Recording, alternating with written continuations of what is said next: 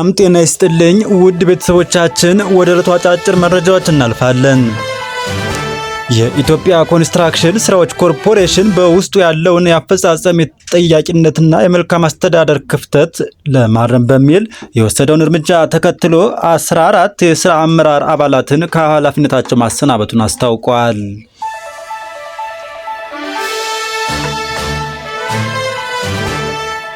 በቅርቡ የተሾሙት የኮርፖሬሽኑ ዋና ስራ አስፈጻሚ አቶ ሮቤል ጸጋዬ በታህሳስ 1 ቀን 2018 ዓ.ም ለሰራተኞቹ ባስተላለፉት የውስጥ ማስታወሻ እንዳመለከቱት የኮርፖሬሽኑ የቦርድ አመራር ባደረገው ጥልቅ ግምገማ በተቋም ውስጥ ከፍተኛ የአፈጻጸም ክፍተት ተገኝቷል ሲሉም ጉዳዩን አብራርተዋል። በግምገማው የተለያዩ ዋና ችግሮች የፕሮጀክቱ አፈጻጸም በቋሚነት ከሚጠበቀው በታች መሆን፣ የኮርፖሬሽኑን የፋይናንስ አቅም ያዳከሙ የስትራቴጂክ ውሳኔዎች መኖር፣ ቁልፍ የአሰራር ስርዓቶች፣ የቁጥጥርና የአስተዳደር ልምዶች እንደተፈለገው አለመስራት፣ የተጠያቂነትና የአመራሮች ቅንጅት ማነስም እንደሚገኙበት አስታውቀዋል።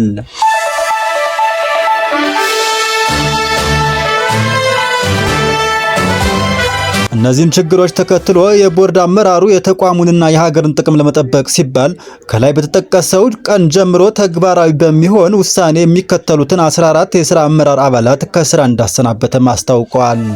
ከኃላፊነት የተነሱት አመራሮችም አቶ አሰፋ ቀሴቶ፣ አቶ በእምነት ጋሻው፣ ዶክተር ቤዛዊት ግርማ፣ አቶ ኢሳያስ አንዳርጌ፣ አቶ ፍጹም ታምሩ፣ አቶ ሳሙኤል አማረ፣ አቶ ሸዋንግዛው ተስፋዬ፣ አቶ ሱራፌል አባይነህ፣ አቶ ታደለ ፉሌ፣ አቶ ዋቅጭራ ይልማ፣ አቶ ወገን ሰለሞን፣ አቶ ዮሐንስ አየለ፣ አቶ ዘሪሁን መኩሪያና ወይዘሮ ዘይነባ ኡመር መሆናቸውንም አስታውቋል። ይህ እርምጃ የተወሰደው የአመራር ድክመቶችን ለማረም፣ ግልጽነትን ለማስፈንና ኮርፖሬሽኑ ወደ ተሻለ ፕሮጀክት አፈጻጸም ለመመለስ እንደሆነም ዋና ስራ አስፈጻሚው አብራርተዋል። በተጓደሉት ቦታዎች ላይ ጊዜያዊ አመራሮች እንደሚመደቡ የተገለጸ ሲሆን ሁሉም ሰራተኞች ይህ የሽግግር ወቅት እስኪያልፍ ድረስ ኃላፊነታቸውን በዲሲፕሊን እንዲወጡም አቶ ሮቤል አሳስበዋል።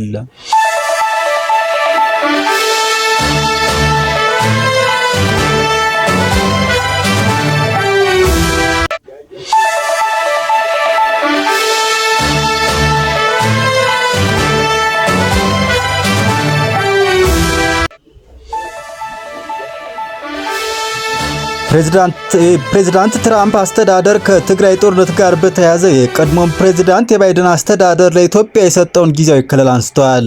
የአሜሪካው የሀገር ውስጥ ጉዳይ መስሪያ ቤት አሜሪካ ውስጥ ለመቆየት የሚያበቃ የተለየ ሕጋዊ ምክንያት የሌላቸው ከላይ ተሰጥቷቸው የነበሩ ኢትዮጵያውያን በፈቃዳቸው እንዲወጡ 60 ቀናት ብቻ ተሰጥቷቸዋል። ከሌላው የተነሳው ኢትዮጵያውያን ወደ ሀገራቸው ቢመለሱ አሳሳቢ የደህንነት ስጋት እንደማይገጥማቸውም በሚል ድምዳሜ ላይ ተመስርቶ መሆኑን መስሪያ ቤቱ አስታውቋል። መስሪያ ቤቱ በቀነ ገደቡ በፈቃዳቸው የማይወጡ ኢትዮጵያውያን ታስረው ወደ ሀገራቸው እንደሚባረሩና በድጋሚ በህጋዊ መንገድ ወደ አሜሪካ እንዳይገቡ ሊታገዱ እንደሚችሉም አስጠንቅቋል። የግብጽ ፕሬዝዳንት አብዱል ፈታህ አልሲሲ የኢትዮጵያው ህዳሴ ግድብ ከሁሉም የናይል ወንዝ ተፋሰስ ሀገራት ባለሙያዎችና ከአፍሪካ ህብረት ተወካዮች በተውጣጣ የባለሙያዎች ቡድን ስር እንዲተዳደር ፕሬዝዳንት ትራምፕ ኢትዮጵያን እንዲያሳምኑላቸው የመጠየቅ ፍላጎት እንዳላቸው ከምንጮቹ መስማቱን ጠቅሶ ዘ ናሽናል ድረገጽ ዘግቧል። ፕሬዝዳንት አልሲሲ በተያዘው ወር ወደ ዋሽንግተን አቅንተው ከፕሬዝዳንት ትራምፕ ጋር በግድቡና ሌሎች ቀጠናዊ ጉዳዮች ዙሪያ ለመወያየት ማቀዳቸውንም ዘገባው አመልክቷል። ፕሬዝዳንት አልሲሲ የትኛውንም የናይል ተፋሰስ ሀገር ሌሎች የተፋሰሱን ሀገራት ሳያማክር በናይል ወንዝ ላይ ግድብ እንዳይገነባ የሚያግድ ቀጠናዊ ስምምነት እንዲፈረም አሜሪካ ድጋፏን እንድትሰጥ የመጠየቅ ፍላጎት እንዳላቸውም ምንጮቹ እንደነገሩት ዘገባው ጠቅሷል። ፕሬዝዳንት ትራምፕ በመጀመሪያው ስልጣን ዘመናቸው ኢትዮጵያ፣ ሱዳንና ግብጽ በግድብ ውሃ ሙሌትና አስተዳደር ዙሪያ አስገዳጅ ስምምነት እንዲፈርሙ ያቀረበችውን ረቂቅ የስምምነት ሰነድም ኢትዮጵያ ውድቅ ማድረጓም አይዘነጋም።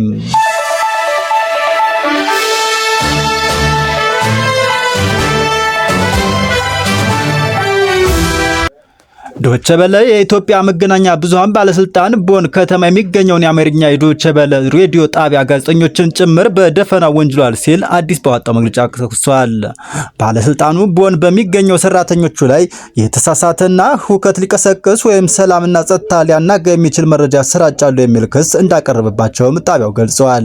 የአማራና የትግራይ ክልሎች ዘጋቢዎቹን በዘላቂነት መታገዳቸውን የተቃወመው ጣቢያው ባለስልጣኑ ስለገዳው ሰኞ ዕለት በጻፈው ደብዳቤ ለገዳው ተጨባጭ ምክንያት አላቀረበም በማለትም ወቅሰዋል። ጣቢያው የባለስልጣኑን ክሶች ውድቅ በማድረግ ከዘጋቢዎቹና ቦን ከሚገኙ ሰራተኞቹ ጎንም እንደሚቆም አስታውቀዋል።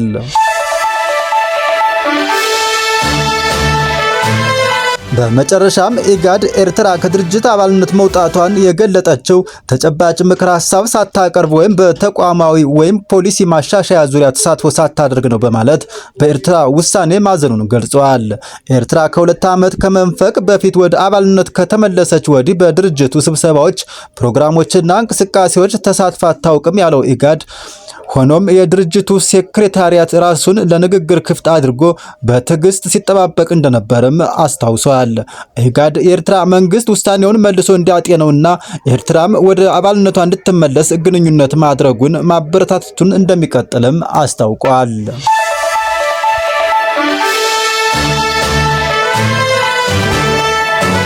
እንግሊዝ በሱዳን ፈጥኖ ደራሽ ኃይል ከፍተኛ ወታደራዊ አመራሮች ላይ ማዕቀብ ጥላለች። የእንግሊዝ መንግስት ዛሬ ባወጣው መግለጫ በፈጥኖ ደራሹ ኃይል ከፍተኛ አመራሮች ላይ ይህን ማዕቀብ የጣለችው በአልፋሽር ውስጥ ከተፈጸመው ጅምላ ግድያና ጾታዊ ጥቃት እና በሰላማዊ ሰዎች ላይ ሆን ተብሎ በተደረገ ጉዳት በመጠራጠራቸው እንደሆነ አስረድተዋል። ይህ ማዕቀብ የተጣለባቸውም የፈጥኖ ደራሹ ኃይል ዋና አዛዥ መሐመድ ዳጋሎ ወንድም የሆኑት አብዱልራህማን ሐምዳን ዳጋሎና ሌሎች 3 ከፍተኛ ወታደራዊ አመራሮች መሆናቸውም ታውቋል። በተጨማሪም ለሱዳን አስቸኳይ ሰብአዊ እርዳታ የሚሆን 21 ሚሊዮን ፓውንድ መመደቡን ያስታወቀው ሚኒስተሩ ይህም በዚህ ዓመት ለሱዳን ያደረገውን ድጋፍ 146 ሚሊዮን እንደሚደርስም አስረድቷል። ሁለቱም ተፋላሚ ጦርነቱን አቁመው ለሰላማዊ ሰዎች ጥበቃ እንዲያደርጉም ጨምሮ ማሳሰቢያ ሰጥቷል። ማዕቀቡ የቪዛ ክልከላንና በእንግሊዝ የሚገኝ ገንዘባቸውንም እንዳይንቀሳቀስ የሚያደርግ መሆኑም ታውቋል።